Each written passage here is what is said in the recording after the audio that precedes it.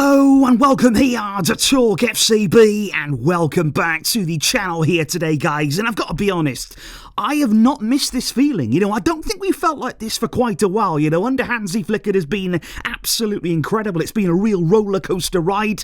But right here today, there is a lot of disappointment among the fan base. And I think, to be honest, the feeling of being outplayed by PSG, especially there in that second half yesterday, that is where our concern lies. And in today's video, I think sometimes these videos are actually even more important. When things have gone wrong, when we have suffered a real setback here, it's important to analyse what has gone wrong, and how bad is it really? How bad in the grand scheme of things is that performance? The knock-on effects that it could have. We're going to be talking about Hansi Flick's man management and his game management too. His substitutions in the game have been questioned by a lot of Barca fans. And of course we are going to be talking too about individual players who didn't step up yesterday and who is not doing enough right now. It is all on the way. I hope you're all going to get through it. Now let's do this. Now also be aware, guys, that today is actually not the only video that is going to be going up, because over on MORETALKFCB I will also be discussing some more aspects from this particular game and also a few other rumours that have been mentioned in the media. So something there away from the Champions League in some respects. That's going to be over on MORETALKFCB for your viewing at some point today. Because okay, guys, can I first of all start by talking about the feeling itself, of the importance of this game? And I think there is quite a bit of debate right now about exactly how significant this loss is or isn't, amongst the Barca fan base. Because quite honestly, in my opinion right here, it's more about the performance and the psychological impact of it being against PSG, about one of our rivals that we believe for the Champions League title this season. It's more significant that we've lost to them and the way that we did it, the performance that we saw, especially in the second half, like I say. It's much more about that than the result itself, and what that means then for our Champions League aspirations here in the league phase. Because quite honestly, can I just say on this, in terms of the way the league phase is set up now, this loss for Barca, it literally means nothing. That's why I said towards the latter stages of the game yesterday, a point, it wouldn't have been the end of the world. It wouldn't have really made too much difference. Because in this new Champions League format, you have to be dreadful not to qualify for the knockout stages. And I don't believe that will happen to Barca. I believe here that we will recover. We've got more favourable games to come, of course. And you know what is also a shame, in my opinion, thinking about the way the old format used to be in the Champions League, this defeat, it would have meant so much more. It would have actually forced, in my opinion, a real reaction from Barca. There would have been every player there taking a good look at themselves, understanding we need to respond and we need to do it now. And I personally also would have looked forward to playing PSG again. I would like to have here straight away, within a few weeks or so, another crack at this team. Let's go and play PSG at the Parc des Princes and let's see how we get on. Let's see what we've learned. But again, in this new format, none of the games mean as much as they used to. None of the games are as significant in terms of the results. And that is why after the game here, you've seen a lot of the Barca players, I would say, reacting quite casually. I think after the final whistle there, we saw a bit of disappointment. We didn't see anything, too crazy. You heard Frankie de Jong after the game basically say, look, we're just going to learn from this. This game actually helps us to see where we are, where we stand. We will need to improve. We know that.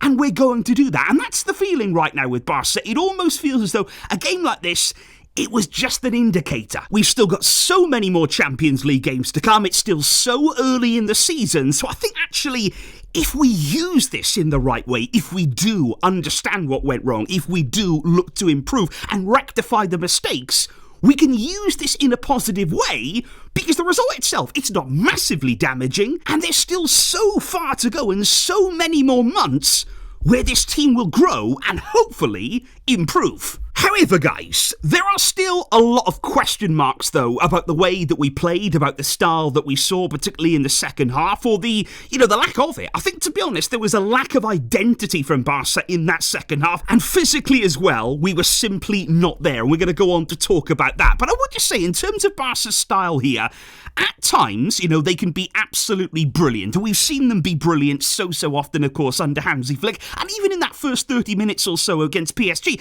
they were spectacular. They were dominant in that period.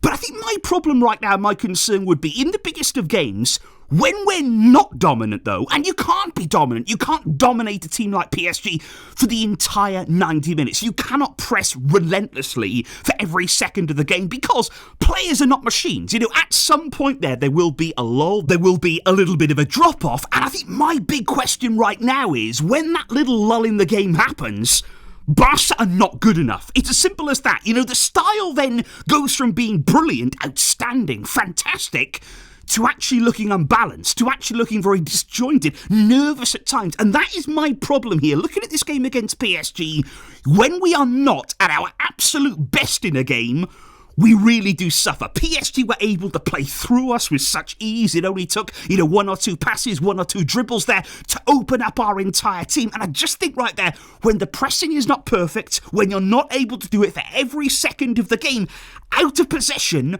we are vulnerable against the best teams with the best players. At times in La Liga, you can get away with it. We've seen a few performances from Barca this season that haven't been quite up to standard, quite at the level we needed, but you can get away with it against inferior players. But when you come up against the best, you have to find another way. You can't always be dominant. You can't always be on the ball. You can't always be pressing. When that can't happen, we have to be more organised. We have to be more structured, and we ultimately have to be a lot better. However, what is very interesting right now is that after this game, I would say this is the first time that I have ever seen, in terms of widespread criticism here, of Hansi Flick. I don't think we've seen anything like this before, and I think that's great. He's made it a long, long way right here into his Barcelona managerial career without a great deal of criticism. That is not something that you can usually say about a Barcelona coach, but I think a lot of fans last night were unhappy with the second half, and they were very unhappy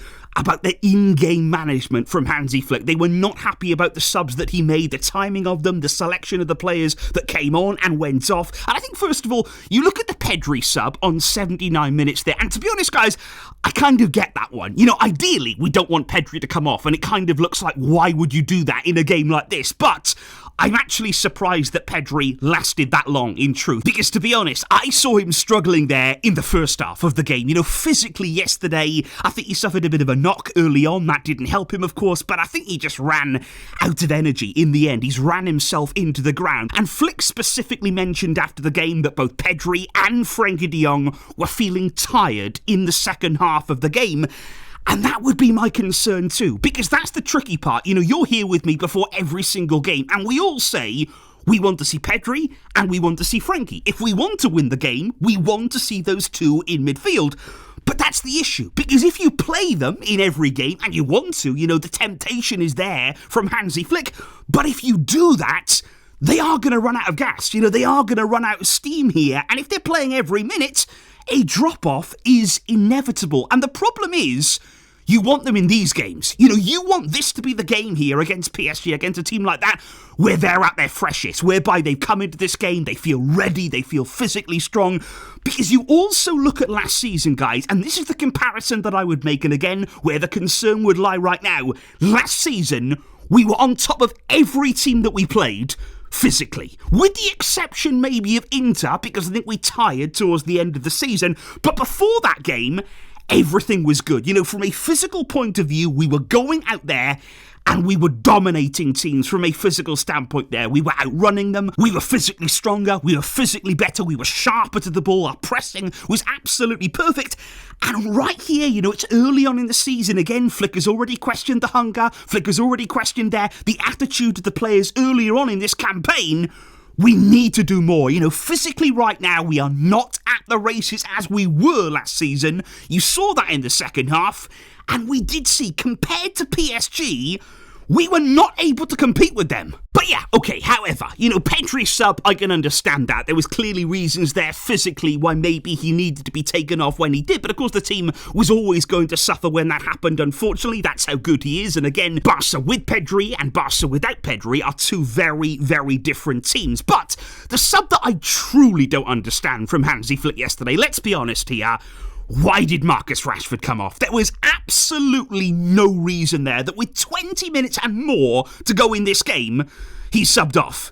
Why? I mean, maybe he was tired too, but to be perfectly honest, it didn't look that way. Rashford didn't look like one of the players out there that was wilting. If anything, it looked as though he was just hitting his stride in the second half there. For me, he was clearly one of the most dangerous players out there on the field. And with the game opening up more and more and more, as that second half went on, there were players out there from both teams that were tiring. You felt as though that suited Rashford. You felt as though, as that game opened up, he's going to get more space, he's going to get more opportunities, he's going to get more chances to be effective. And you add to that as well, we were able to bring on Alejandro Balde there in the final stages, and I think he would have given Rashford even more opportunities. We would have had Balde then on the overlap, something that we didn't see very much at all from Gerard Martin, and that would have just given Rashford even more space to operate in. And when I saw him coming off, I just thought, why? It seems as though here that Flick wanted to change something, that he wanted to leave Ferran Torres out there. He, of course, came over to the wing, and he was working hard, of course, as he always does.